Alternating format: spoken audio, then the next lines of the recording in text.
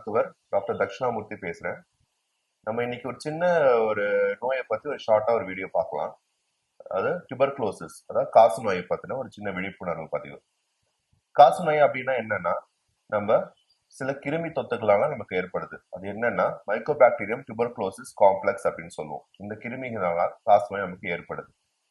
இது எப்படி ஒருத்தர்கிட்ட இன்னொருத்தருக்கு பரவும் அப்படின்னு பாத்தீங்கன்னா, சுவாசம், அதாவது நம்ம மூச்சு விடுற போது வர ஸ்ப்ரெட் ஆகிற டிராப்லெட்ஸ், இப்போ இருமும் போதோ தும்மும் போதோ ஒருத்தர்கிட்ட இன்னொருத்தருக்கு அந்த டிராப்லெட்ஸ் மூலமா, அந்த துகள்கள் மூலமா இது ஸ்ப்ரெட் ஆகுது. ஸோ இது யாருக்கு வரும் அப்படின்னு நீங்க பாத்தீங்கன்னா, எல்லாருக்கும் வருமானு கேட்டீங்கன்னா நம்ம நோய் எதிர்ப்பு சக்தியை பொறுத்து இது தீர்மானிக்கப்படும். இப்போ யாருக்கெல்லாம் நோய் எதிர்ப்பு சக்தி ரொம்ப கம்மியா இருக்கோ, இம்யூனிட்டி கம்மியா இருக்கோ, அவங்களுக்கு அது ஈஸியா வந்துடும். இப்போ ஃபார் எக்ஸாம்பிள் நீங்க பாத்தீங்கன்னா டயபெட்டிக் பேஷண்ட்ஸ், சர்க்கரை நோயாளிகள், அதாவது கேன்சர் மருந்துகள் எடுக்கிற பேஷண்ட்ஸ், இம்யூனோ சப்ரசன்ஸ் இருக்கிற பேஷண்ட்ஸ், இந்த மாதிரி இருக்கிறவங்களுக்கு அவங்களோட நோய் எதிர்ப்பு சக்தி ரொம்ப கம்மியா இருக்கும். அந்த மாதிரி சமயங்கள்ல டிபி ஈஸியா அவங்களுக்கு அட்டாக் ஆயிடும். ஸோ டிபியை பொறுத்த வரைக்கும் இது இவங்களுக்கு தான் வரும், இவங்களுக்கு தான் வராதுன்னு நம்ம சொல்ல முடியாது.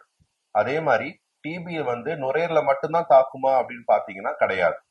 நுரையீரல மட்டும் தாக்குற டிபிக்கு நம்ம பல்மரி டியூபர்குலோசிஸ் அப்படின்னு சொல்லுவோம். பல்மரி டியூபர்குலோசிஸ், பல்மரினா லங்ஸ்னு அர்த்தம். இதே நுரையீரல் அல்லாத டிபி அப்படின்னு பாத்தீங்கன்னா அது எக்ஸ்ட்ரா பல்மரி டியூபர்குலோசிஸ் அப்படின்னு சொல்றோம். ஸோ ரெண்டா நம்ம டிபியை பிரிக்கிறோம், pulmonary TB and extra pulmonary TB. So extra pulmonary டிபியை பொறுத்த வரைக்கும் எந்தெந்த உறுப்புகள் எல்லாம் டிபி அட்டாக் ஆகும்னு பாத்தீங்கன்னா, தலை முதல் கால் வரை எல்லா உறுப்புகளையும் அட்டாக் ஆகும். சில உறுப்புகள் தவிர, அதாவது முடி, நகம், எனாமல், நம்ம பல்ல எனாமல், இந்த மாதிரி சில பகுதிகளை தவிர்த்து ரத்த ஓட்டமும் உயிர் உள்ள செல்ஸ்கள் இருக்கிற எல்லா திசுக்களையும் எல்லா உறுப்புகளையும் டிபி பாதிக்கும். ஸோ நரம்பு மண்டலம், மூளை, முதுகுத்தண்டு, இருதயம், அப்புறம் வயிற்றுல இருக்க ஆர்கன்ஸ் லைக் லிவர், ஸ்பிளீன், அந்த மாதிரி உறுப்புகள், அப்புறம் குடல், பெருகுடல், சிறுகுடல் இரண்டும், அப்புறம் நம்ம பாத்தீங்கன்னா நுரையீரலுக்கு வெளியில இருக்க ஜவ்வுல தண்ணி சேர்றது, ப்ளூரல் எஃப்யூஷன் சொல்லுவோம். அது மாதிரி நெறிக்கட்டியில வர டிபியும் நமக்கு மோஸ்ட் காமன். அதாவது பல்மரி டியூபர்குலோசிஸ் நுரையீரல தாக்குற டிபியை தவிர அதிகமா வருது அப்படின்னு பாத்தீங்கன்னா நெறிக்கட்டியில வர டியூபர்குலோசிஸ், அது ரொம்ப காமன். அது மாதிரி எல்லா இடத்துலயும் நீர் சேரலாம், நுரையில சுத்தி நீர் சேரலாம், வயிற்றுல நீர் சேரலாம், ஜாயிண்ட், அதாவது முட்டியில நீர் சேரலாம். இது எல்லாத்துலயுமே டிபி வரதுக்கான வாய்ப்புகள் உண்டு. ஸோ டிபி அப்படின்னு ஒரு பேஷண்ட் வராங்கன்னா எந்தெந்த அறிகுறியை வச்சு நம்ம டிபி இருக்குன்னு அவங்களுக்கு யூகிக்க முடியும் அப்படின்னு பாத்தீங்கன்னா, நாள்பட்ட இருமல் சளி, அதாவது 2 வாரத்துக்கு மேற்பட்ட இருமல் சளி, மூச்சு திணறல், ஜுரம், அதாவது சாயங்காலமான ஜுரம் அடிக்கும் மாதிரி ஃபீல் இருக்கும் அது, அப்புறம் பசியின்மைன்றது ரொம்ப முக்கியம் அது. அதுக்கப்புறம் வெயிட் லாஸ், அதாவது நம்ம சராசரி ஒரு மனுஷனோட வெயிட்ல இருந்து, அவங்க இயல்பான வெயிட்ல இருந்து 10% மேல லாஸ் இருக்கு, குறைபாடு இருக்கு அப்படின்னா அது ஒரு முக்கியமான அறிகுறியா நம்ம எடுத்துக்கலாம். மேற்கொண்டு சில அறிகுறிகள் இருக்கு. இப்போ சளியில ரத்தம் வருதல், அது மாதிரி வர விஷயங்கள் வந்தாலும் டிபியை நம்ம டயக்னோஸ்டிக் ஒர்க்அப்ல வச்சுக்கணும். அதே மாதிரி மற்ற ஆர்கன்ல பல்மரி டிபி இல்லாம எக்ஸ்ட்ரா பல்மரி டிபியை பொறுத்த வரைக்கும் அந்தந்த உறுப்புகளுக்கு தகுந்தாப்புல நமக்கு அறிகுறி தென்படும். இப்போ நரம்பு மண்டலத்துல டிபி இருந்துச்சுன்னா வலிப்பு வரலாம், தலைவலி வரலாம், ஜுரம் வரலாம், மூளை காய்ச்சல் சொல்லுவோம்ல, அதெல்லாம் வரதுக்கு வாய்ப்பு இருக்கு. குடல்ல பிரச்சனை அப்படின்னா வயிறு வலி, வயிறு உபசமா இருக்கிறது, நீர் சேர்ந்துக்கிறது, மோஷன் போகாம இருக்கிறது, வாமிட்டிங் வர்றது, இதெல்லாம் வரலாம். ஹார்ட்டை சுத்தி நீர் இருக்கும்போது மூச்சு திணறல் ஏற்படலாம். இந்த மாதிரி அந்தந்த உறுப்புகளுக்கு தகுந்தாப்புல நமக்கு அறிகுறிகள் தென்படலாம். டிபியை பொறுத்த வரைக்கும் நமக்கு பரிசோதனை தான் ரொம்ப முக்கியம். ஸோ பரிசோதனை எப்படின்னா ரொம்ப எளிதான பரிசோதனை, சளி பரிசோதனை. ஒரு பேஷண்ட்க்கு டிபி, பல்மரி டிபி அப்படின்னா சளியை கொடுக்க சொன்னாலே அதுல கிருமி இருக்கா இல்லையான்றது நம்ம கண்டுபிடிச்சிடலாம்.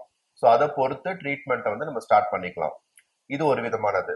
இன்னொரு விதமானது எப்படின்னா, எக்ஸ்ட்ரா பல்மரி டிபிக்கு சதைகள் டெஸ்ட் எடுக்கணும். சதை ஆப்ரேஷன் மூலமாரியோ இல்லைன்னா கீரியோ ஊசி மூலமாவோ அந்த சதையை எடுத்து டெஸ்ட்டுக்கு அமிச்சோம்னா அதுல டிபிக்கான அறிகுறி இருக்கான்றத பார்க்கலாம். இது 2வது வகை.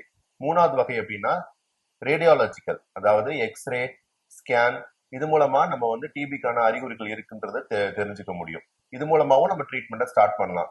இல்லையா, இது 3த்துலயுமே நமக்கு டிபிக்கான அறிகுறி தென்படனாலும் அந்த டாக்டர், மருத்துவருக்கு டிபி மாதிரி இருக்குன்னு அவருக்கு தோணுச்சுன்னா கிளினிக்கலா, அதாவது பேஷண்ட் ஆஸ் அ ஹோல் கிளினிக்கலா பார்த்து டிபி இருக்குன்னா அதுக்கும் நம்ம ட்ரீட்மெண்ட் ஸ்டார்ட் பண்ணலாம். ட்ரீட்மெண்ட் ரொம்ப எளிமையான ட்ரீட்மெண்ட், ஆனா கரெக்டா நம்ம ஃபாலோ பண்ணா பக்காவா ட்ரீட்மெண்ட் பண்ணி கியூர் பண்ணிடலாம். இது குணப்படுத்தக்கூடிய ஒரு வியாதி. ஸோ அதனால யாரும் இதை பத்தி பயப்பட வேண்டாம், அச்சப்பட வேண்டாம். டிபியை பொறுத்த வரைக்கும் ஒரு ஸ்டிக்மா இருக்கு, சோஷியல் ஸ்டிக்மான் அப்படின்னு சொல்லுவோம். அதாவது அது பார்த்தா ஒரு அருவருக்கத்தக்க வியாதின்னு மக்கள் நினைக்கிறாங்க. பட் அப்படி கிடையாது. ஈஸியா குணப்படுத்தக்கூடிய வியாதி. இதுக்கான மருந்துகள் வந்து நமக்கு ஈஸியா அவைலபிளா இருக்கு. அது மட்டும் இல்லாம கவர்மெண்ட்ல வந்து இதுக்கான மருந்துகள் வந்து ஃப்ரீயாவும் கொடுக்குறாங்க. ஸோ மருந்து பாத்தீங்கன்னா 6ல இருந்து 9 மாசம் நம்ம டிபிக்கான ட்ரீட்மெண்ட் எடுக்க வேண்டியிருக்கும். கூட்டு மாத்திரைகள் மூலமா அந்த டிபி ட்ரீட்மெண்ட் நடக்குது. இது வந்து ஒரு நாளைக்கு இத்தனை மாத்திரை வெயிட் பேஸ்டா ஒரு பேஷண்ட்க்கு கொடுப்போம். அது கரெக்டா அவங்க ஃபாலோ பண்ணிட்டே வந்தாங்கன்னா டிபி வந்து முழுமையா குணமடைகிறதுக்கு நிறைய வாய்ப்புகள் உண்டு. ஸோ அதை பத்தி யாரும் பயப்பட வேண்டாம். ஸோ டிபியை பொறுத்த வரைக்கும் இது ஈஸியா ஸ்ப்ரெட் ஆகக்கூடாது. யாருக்கு வரும்ன்றதும் நம்ம நோய் எதிர்ப்பு சக்தியை பொறுத்து சில அறிகுறிகள்லாம் நம்ம ஈஸியா கண்டுபிடிச்சிடலாம். ஆனா ட்ரீட்மெண்ட்டும் ரொம்ப ஈஸியா சுலபமா ட்ரீட்மெண்ட் பண்ணிடலாம். ஸோ இதுக்கு வராம நம்ம தடுக்கணும் அப்படின்னா நமக்கு வந்து சில சில சின்ன விஷயங்கள்லாம் இருக்கு. ஹைஜீனிக் அட்மாஸ்பியர், அதாவது நம்ம சுற்றுப்புறத்தை நம்ம வந்து சுத்தமா வச்சுக்கணும். அது ஒண்ணு. இன்னொன்னு வந்து கவசம் அணியிறது. ரொம்ப கூட்டமான இடத்துக்குலாம் போறோம் அப்படின்னா நம்ம முகக்கவசம் அணிஞ்சுக்கணும், அந்த மாஸ்க் போட்டுக்கணும். இன்னொன்னு சத்தான உணவு, நம்ம இம்யூனிட்டி நல்லா பூஸ்டப் பண்ற மாதிரி நல்லா சத்தான உணவு எடுத்துக்கணும். புரோட்டீன் சத்து உள்ள உணவு எடுத்துக்கணும். ஆரோக்கியமான வழிமுறைகள், அதாவது மதுபானம், அதுக்கப்புறம் சிகரெட், இந்த மாதிரி விஷயங்கள்லாம் இல்லாம ஒரு நல்ல ஒரு வாழ்க்கை முறை. அது மாதிரி யோகா, எக்ஸசைசஸ் இதுவும் நம்ம வந்து தினசரி ரொட்டீன்ல எடுத்துக்கிட்டோம்னா நம்ம ஹெல்தி இம்யூனிட்டி இருக்கிற வரைக்கும் டிபி நமக்கு வராது.